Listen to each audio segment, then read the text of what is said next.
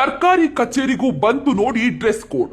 ಇನ್ಮುಂದೆ ಸರ್ಕಾರಿ ನೌಕರರು ಸ್ಲೀವ್ಲೆಸ್ ಡ್ರೆಸ್ ಹಾಗೂ ಹರಿದ ಜೀನ್ಸ್ ಹಾಕುವ ಹಾಗಿಲ್ಲ. ಇಂಥ ಒಂದು ಕಟ್ಟುನಿಟ್ಟಿನ ಆದೇಶವನ್ನ ಡಿಪಿಎಆರ್ ಅಂದ್ರೆ ಸಿಬ್ಬಂದಿ ಮತ್ತು ಆಡಳಿತ ಸುಧಾರಣಾ ಇಲಾಖೆ ಹೊರಡಿಸಿದೆ.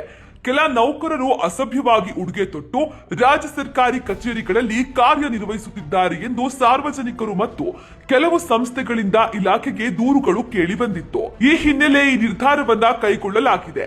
ಈ ಆದೇಶದ ಪ್ರಕಾರ ಇನ್ನು ಮುಂದೆ ಸರ್ಕಾರಿ ಕಚೇರಿಯಲ್ಲಿ ಯುವತಿಯರು ಹರಿದ ಜೀನ್ಸ್, ಸ್ಲೀವ್ಲೆಸ್ ಡ್ರೆಸ್ ಮತ್ತು ತುಂಬಾ ಬಿಗಿಯಾದ ಬಟ್ಟೆಗಳನ್ನ ಧರಿಸುವಂತಿಲ್ಲ.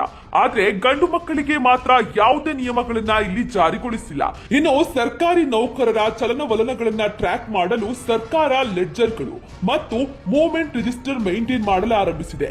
ಸರ್ಕಾರಿ ನೌಕರರು ಕಚೇರಿಗೆ ಪ್ರವೇಶಿಸುವಾಗ ಮತ್ತು ಹೊರ ಹೋಗುವಾಗ ಈ ಲೆಡ್ಜರ್ಗಳಲ್ಲಿ ಕಾರಣ ನಮೂದು ಮಾಡಬೇಕೆಂದು ಸುತ್ತೋಲೆಯಲ್ಲಿ ತಿಳಿಸಲಾಗಿದೆ.